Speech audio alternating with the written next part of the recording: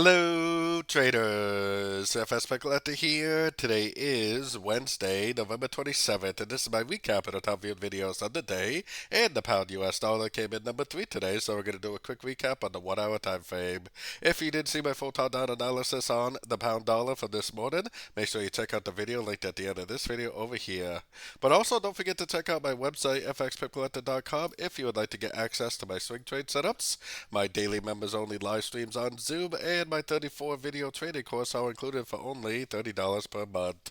So we did have a pretty strong move up on the dollar pairs, especially the pound dollar. We still do not have that break of structure to the downside yet, or to the upside yet. So the trend is definitely still down on the daily.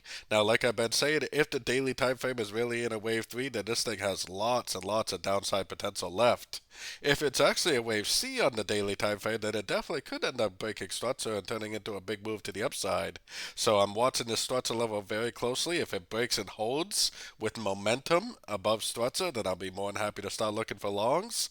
Otherwise, if it does make it like a big engulfing move to the downside, especially at a Fibonacci level, then I definitely will still take it as a sorting opportunity. Now, be a little bit careful, especially trading the dollar pairs over the next couple of days, because tomorrow is Thanksgiving. So happy Thanksgiving for everybody that does celebrate it. And there probably is going to be a major lack of volatility in the market, so at least on the U.S. New York sessions, for the next couple of days. And because I am American and because I do celebrate Thanksgiving, there will be no more YouTube videos coming out until Monday. So anyways, don't forget to join my free Discord channel, which is linked down here in the corner. And as always, thank you and happy trading.